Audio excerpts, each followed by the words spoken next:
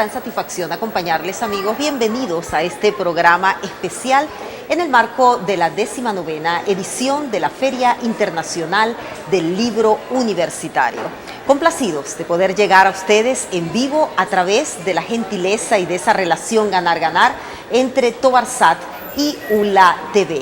También, antes de comenzar este programa, queremos agradecer a la gente del Hotel La Pedregosa y del restaurante Miel y Canela, especialmente a su propietario, Richard Sosa, y a la jefa de sala, Mayret Guillén. Ellos han hecho posible que tengamos estos espacios hermosos y podamos estar con todos ustedes.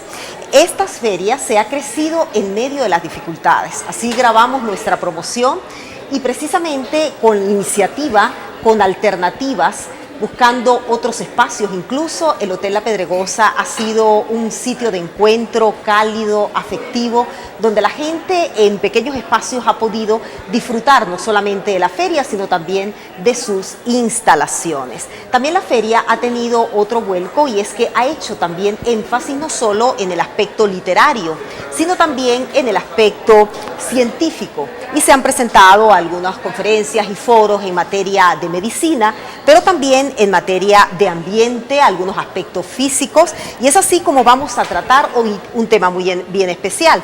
Vamos también a llevarlo a un nivel bien sencillo para que cualquiera nos pueda entender, porque si hablamos de partículas físicas, pues la gente de repente puede decir, bueno, esto ya es muy complicado. Sin embargo, vamos a tratar dos temas. En este primer segmento vamos a hablar del calentamiento global y del cambio climático. Estas dos frases han ocupado muchísimo espacio en medios de comunicación, centimetraje, en las redes, y para nuestras actuales generaciones, ellos pueden pensar que es un problema actual, que es algo reciente, y resulta que viene y de bien lejos en la historia de nuestro planeta. Vamos a presentar a nuestros invitados. Nos complace muchísimo tener aquí a dos PhD. Es el profesor Marco Peñalosa Murillo, Marco Antonio Peñalosa Murillo. Él es investigador, profesor jubilado de la Universidad de los Andes, Facultad de Ciencias, y también al doctor Bernardo Fontal. Es profesor jubilado, titular de la Facultad de Ciencias. Con ellos vamos a conversar. En el día de este martes 21 pasado presentaron un foro, el calentamiento global y el cambio climático, pasado, presente y futuro. Iniciamos con el profesor Marcos Peñalosa para que precisamente nos hable de ese pasado, tanto del calentamiento global como del cambio climático. Bienvenidos ambos, gracias por acompañarnos en este espacio de la Filo. Muchas gracias y un saludo a todos los televidentes de ULA TV. Con relación al foro que se hizo ayer, 21 de junio, por cierto, día del solsticio de verano, tratamos el tema y se me ocurrió plantear el cambio climático, el calentamiento global, en su contexto temporal dividido en el pasado, presente y futuro. A mí me correspondió hablar del pasado porque el cambio climático hoy día como tema de interés público, tanto nacional como internacional, genera confusión, genera opinión, y nos toca a nosotros entrar en acción para aclarar ciertos conceptos y dar más información para que la persona tenga un contexto más amplio del problema del cambio climático. Con relación al pasado, uno puede referir que el clima, uno puede preguntar cómo fue el clima hace 100 años, o sea, en 1916. Pero también uno puede preguntar cómo fue hace 10 años y por un factor de 10 ir para atrás, multiplicado. Hace 100 años, hace 10.000 años, hace 100.000 años, hace 1 millón de años, 10.000 millones de años, 100.000 millones de años. ¿Cómo fue el clima en aquella oportunidad? ¿Eso está estudiado, a remontarse tan atrás? Sí, eso ha sido estudiado. Obviamente en aquella oportunidad no habían termómetros, son otro tipo de registros, pero con relación específicamente a lo que es el cambio, uno debería definir cosas que no vamos a hacer ahorita, que es clima. Y en base a la definición de clima, uno entra a discutir entonces cuándo cambia el clima.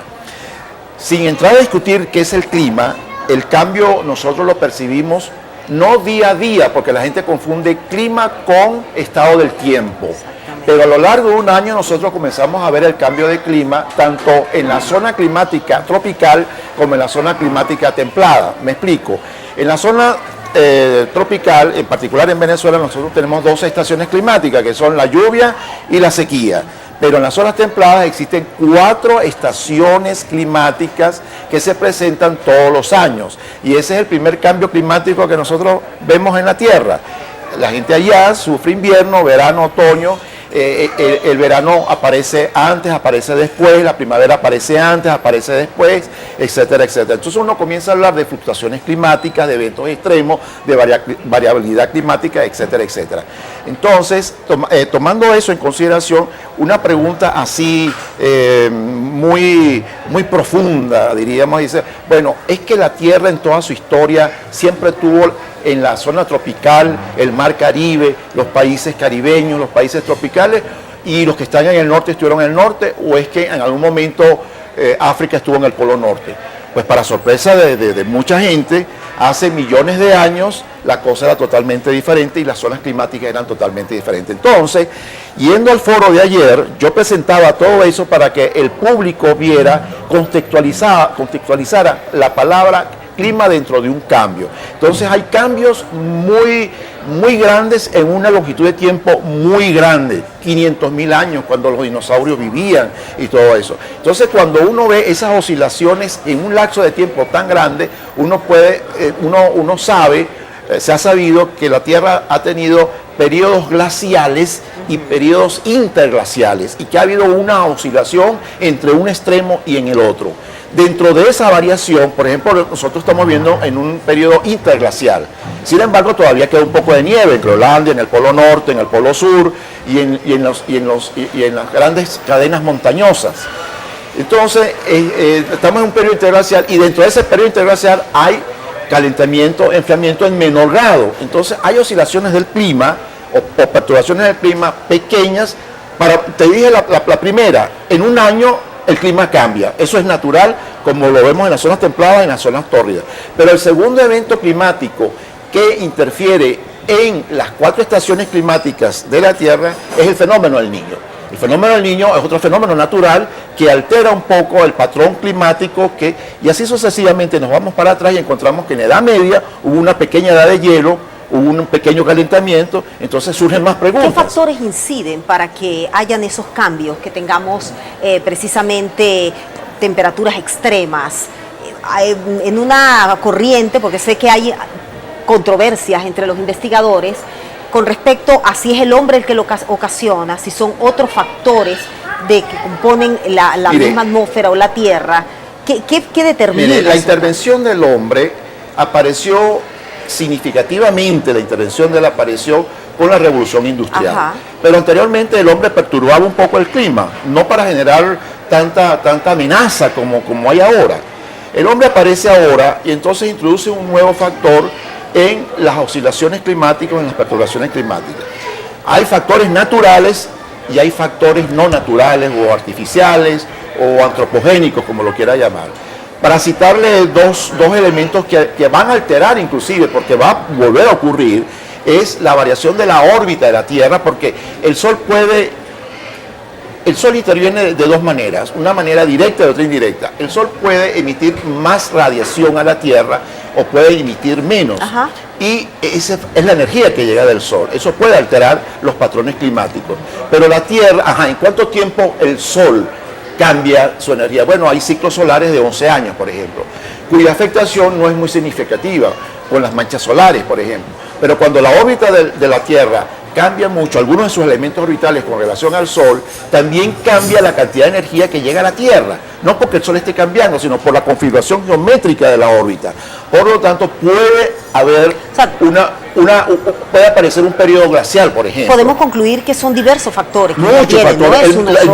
El mismo vulcanismo, que es una parte inherente a la Tierra, entonces comienzan los volcanes a echar material a la atmósfera que alteran los patrones climáticos. El hombre comienza a aparecer ahora enviando lo que envía en razón de la quema de combustibles fósiles. Ese es otro elemento que está causando mucha alarma y que tiene pertinencia moral y ética, porque es el hombre el que está ensuciando la atmósfera. Entonces hay un gran debate, una gran polémica en cuanto a si el hombre es capaz de perturbar mucho, es decir, es capaz de llegar a cambiar las zonas climáticas de la Tierra, o es capaz de producir eventos extremos dentro de la zona tropical donde hay huracanes, por ejemplo. Ese es el gran debate. Para mí no hay cambio climático per se. Para mí lo que hay es fuertes perturbaciones climáticas actuales debidas al hombre, que pueden ser de tipo variación climática, puede ser oscilación climática, depende de cómo se presente la perturbación. Pero llamarlo cambio climático stricto sensu, per se, yo no acepto ese término, porque en el pasado han habido cambios climáticos muy fuertes que han cambiado la distribución climática de las zonas de la Tierra. Vamos ahora con el presente y el futuro. El doctor Bernardo Fontal, en este momento, pues bueno, tenemos ya una relación entonces histórica, pero es lo que estamos viviendo en este momento y lo que nos espera. Bienvenido. Bueno, lo que uno normalmente escucha en los medios de comunicación o lee los periódicos es que ha habido un calentamiento. Y sí, digamos el valor de la temperatura promedio de la Tierra, los últimos, digamos, 14 años han sido dramáticamente altos. Así que se considera que en los últimos 15 años ha habido los 14 años más calientes, sí, digamos, lo hemos leído, que tenemos digamos, en récord, ¿no? Ajá. Bueno, la temperatura sí, definitivamente ha habido un aumento. La pregunta es si va a ser permanente o es una fluctuación. Eso pues está por pasar, vamos a decir, hay que esperar a ver qué es no se pueden hacer predicciones en ese sentido, ¿no? Se pueden hacer predicciones, sin embargo, pues hay un margen de error que pudiera ser relativamente grande. Una cosa que sí está cambiando en forma paulatinamente hacia valores más altos es la cantidad de dióxido de carbono en la atmósfera. Muy recientemente pasamos los 400 partes por millón, que es una unidad que se utiliza, y ya estamos del orden de 417. Ahora, si el consumo principalmente de combustibles fósiles y la quema de bosques y digamos la tala de bosques continúa a la velocidad que se está llevando a cabo, se esperaría que a futuro pudiéramos llegar a valores relativamente altos. Hay cierta preocupación, vemos que ha habido eventos mundiales con la presencia de potencias que tienen bastante intervención en sus decisiones para apoyar o no esta situación. Hablando del futuro, ¿cómo podemos enfilar para detener? Hay preocupación sobre todo en los países costeros que pudieran ser cubiertos el mar por esos territorios, Holanda y otros muchos. ¿Qué se puede hacer vislumbrando el futuro? Nos queda como unos 2 minutos más o menos. Bueno, lo que sí está ocurriendo en este momento y que es preocupante es que el agua en forma sólida, o sea, en forma de hielo, tanto a nivel de los polos o a nivel de las montañas, digamos, glaciares. Hemos perdido glaciares considerablemente. Se han venido reduciendo.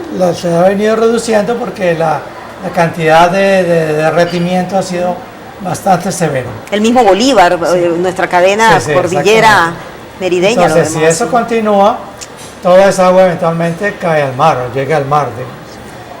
Si eso ocurre, entonces los niveles el nivel promedio del mar pudiera ir incrementando. Eso afectaría dramáticamente las ciudades costeras.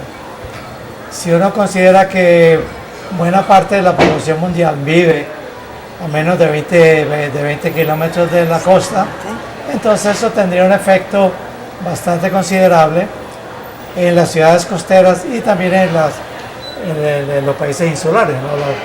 los países que son islas, que ya empiezan a sentir, digamos, el aumento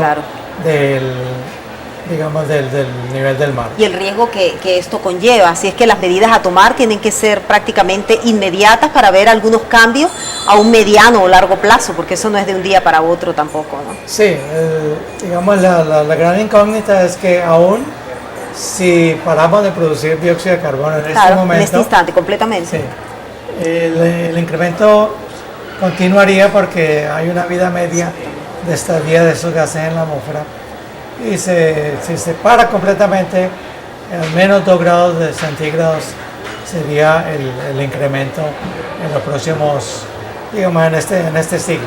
O sea que las medidas a tomar son inmediatas. Es nuestra vida, como lo decimos como eslogan, es el único planeta con el que contamos realmente y en el que podemos vivir. Vamos a cumplir compromisos. Recordamos que estamos en vivo gracias a Tobarsat, en una alianza estratégica con ULA TV, y estamos desde el restaurante Miel y Canela, agradeciendo a Richard Sosa, su propietario, y a Mayret Guillén, jefa de sala, por toda esa hospitalidad. Vamos a cumplir compromisos, identificamos rapidísimo y en la próxima parte continuamos con nuestros invitados ya para hablar de otro tema, y es la presentación que tuvo objeto el día 21 de junio del libro digital Partículas atmosféricas y efectos climáticos, incertezas y retos, de Marcos Antonio Peñalosa Murillo. Ya volvemos.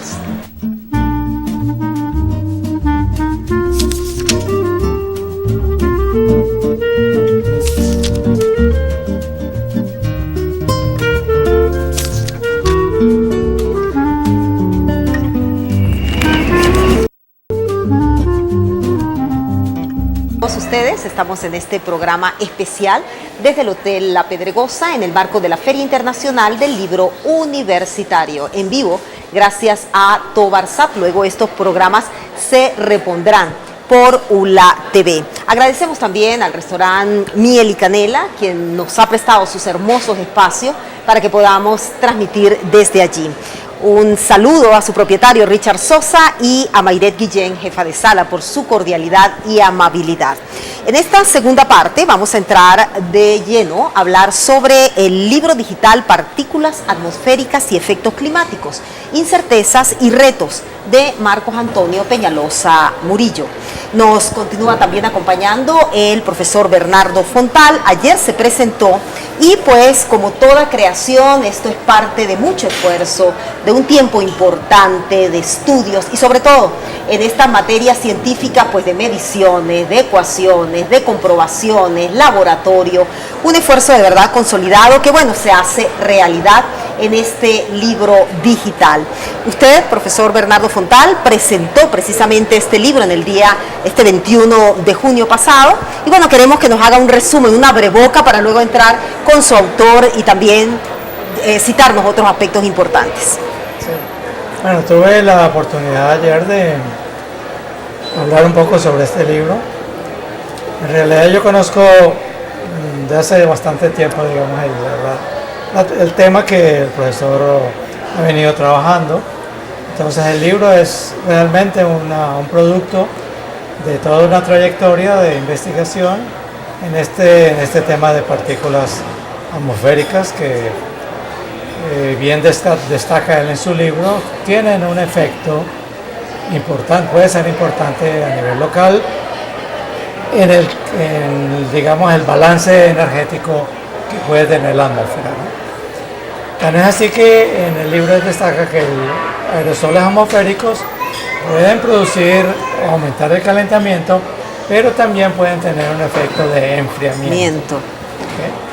Y cuando hablamos de aerosoles, pues la gente está acostumbrada a aquellos tubos que, sobre todo con los mosquitos que nos invaden, nada que ver con eso hay que aclararlo, aerosoles atmosféricos, así es que es bien importante destacar esto. Es un libro que tiene algunas innovaciones, características muy particulares, apéndices, ha sido diseñado para investigadores, para estudiantes. Háblenos un poco sobre este particular. Sí, el libro, bueno, una persona, digamos, no especialista, Ajá.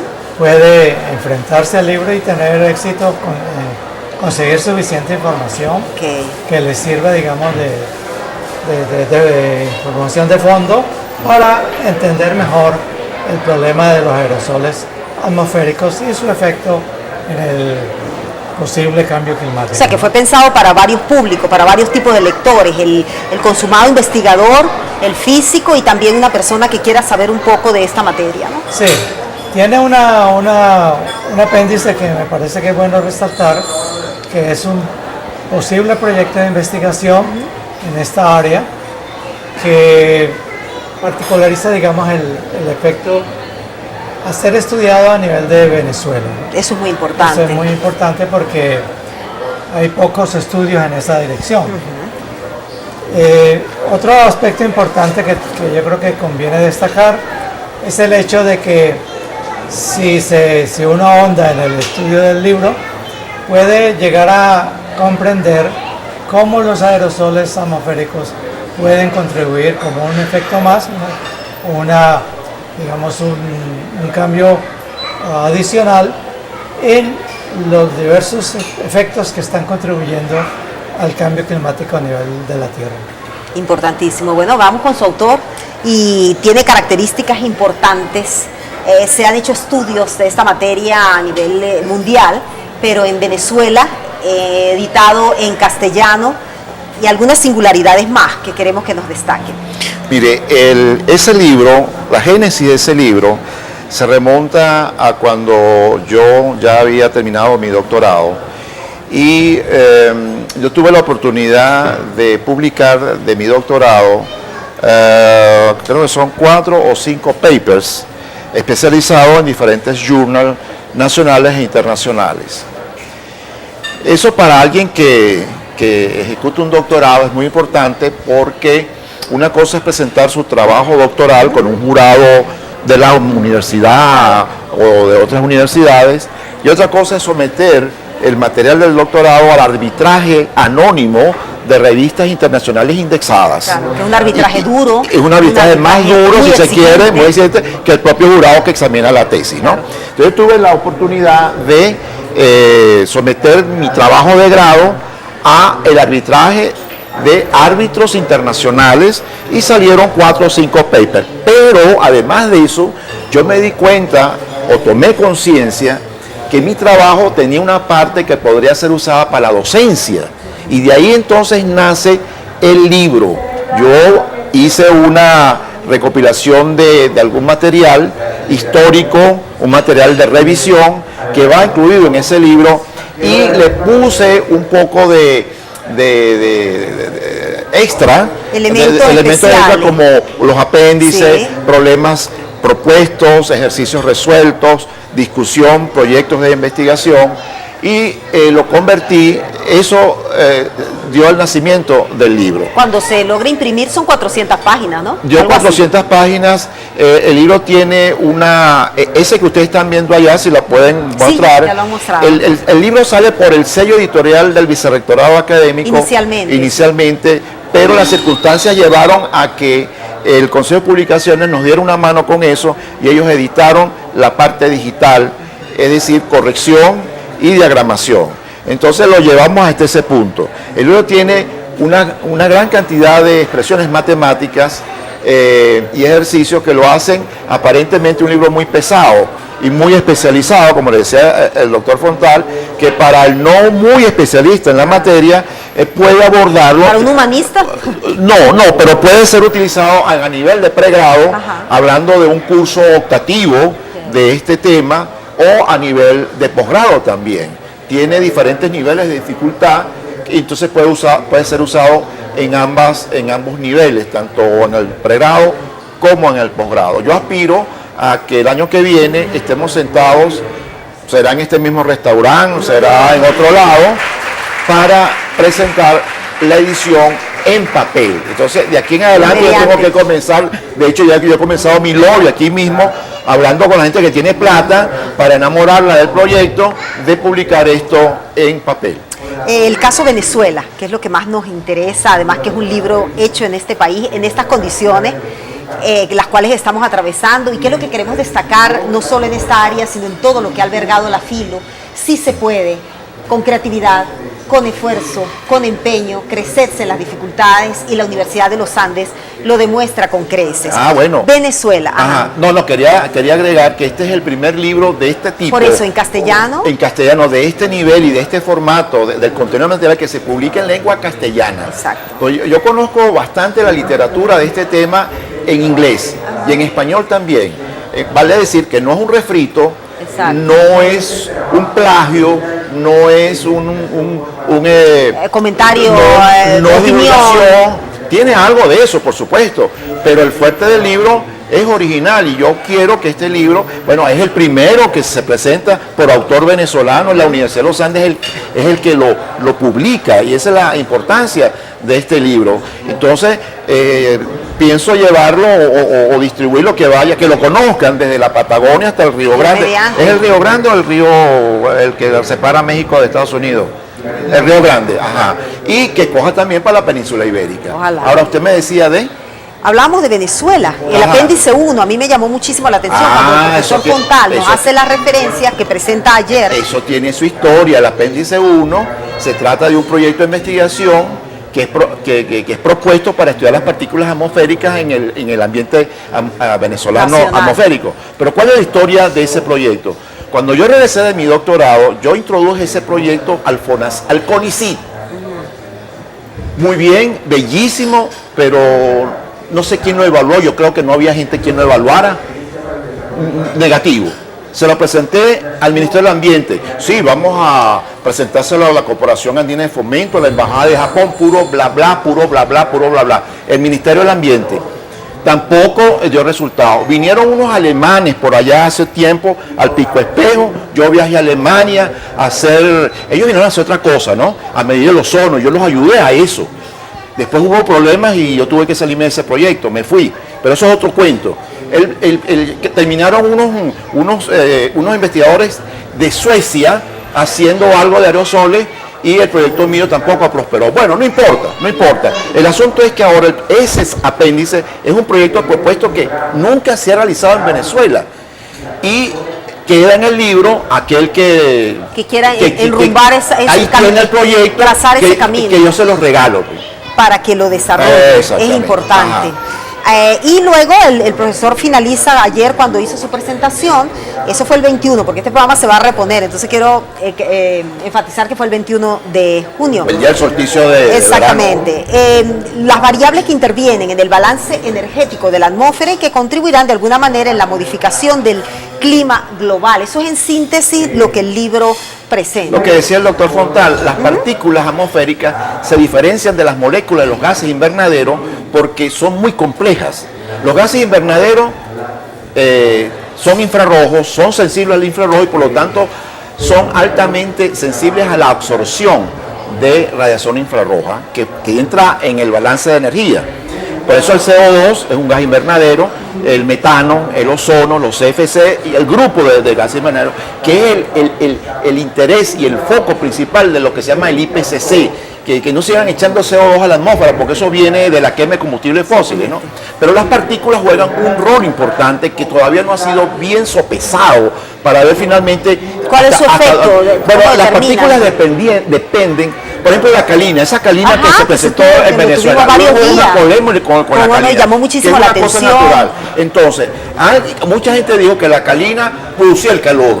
Cuando estuvimos en aquellos picos de calor. Que no es cierto, no producen calor. La calina viene del mar, hay una teoría y está comprobado. Bueno, hubo un debate en torno a eso, pero no quiero salirme para la calina. Ya tenemos que... Sí, de despedir, las partículas o enfrían, o calientan, o permanecen indiferentes. Y el libro te da la matemática que establece cuáles son las propiedades ópticas de las partículas que pueden para lo uno, para lo otro o todo lo contrario.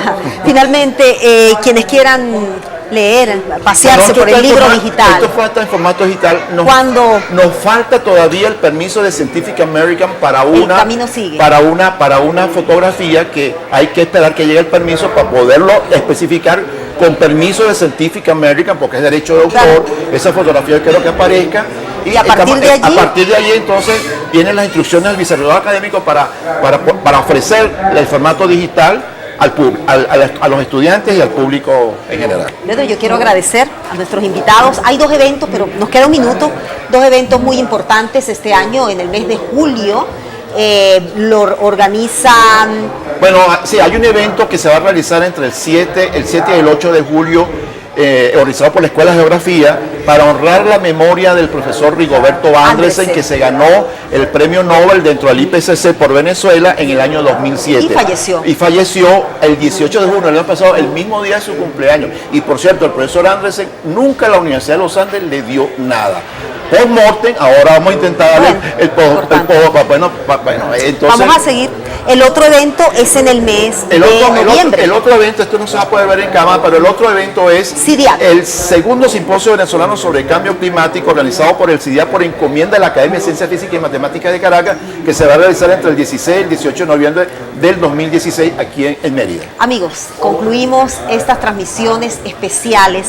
Hemos vivido unos días de verdad bien interesantes, de aprendizaje, de abrir caminos. La primera vez que ULA TV, gracias a esta estrategia de ganar con Tobarsat, hemos logrado transmitir en vivo la 19ª edición del libro universitario, de la Feria Internacional del Libro Universitario. Solo esperamos que esto se consolide y que podamos seguir adelante con muchas más transmisiones en vivo a través de Tobarsat. Todas estas transmisiones se hicieron posible a un gran equipo de trabajo. Televisión, todos los medios no funcionan solo, pero en televisión precisamente ese engranaje es fundamental. Y gracias a poder remar en una misma dirección, logramos que directores, coordinadores, la gente de producción, periodistas, camarógrafos, editores, la gente de generación de caracteres, los pasantes que nos apoyaron hermosamente en toda esta travesía para logística y producción. Estuvimos desde el lunes hasta este miércoles 22, lunes 20 al miércoles 22, transmitiendo la Feria Internacional del Libro Universitario. Solo nos queda despedirnos, señalarles que la feria estará hasta el sábado 25 de junio y que también todo esto fue posible al Consejo de Publicaciones, a la Secretaría de la Universidad de los Andes, Corpo ULA, la Dirección de Vigilancia y también Telecomunicaciones. Gracias. Nos ayudaron cuando no había luz, pues nos pusieron una planta y pudimos hacer posible todas estas transmisiones. Estamos muy complacidos por este logro. Esperamos que para ustedes también haya sido de su agrado. Y finalizamos sencillamente también dando los créditos al Hotel La Pedregosa y a Miel y Canela Restaurant. Complacidos de verdad. Gracias por la atención de siempre y será hasta una próxima oportunidad.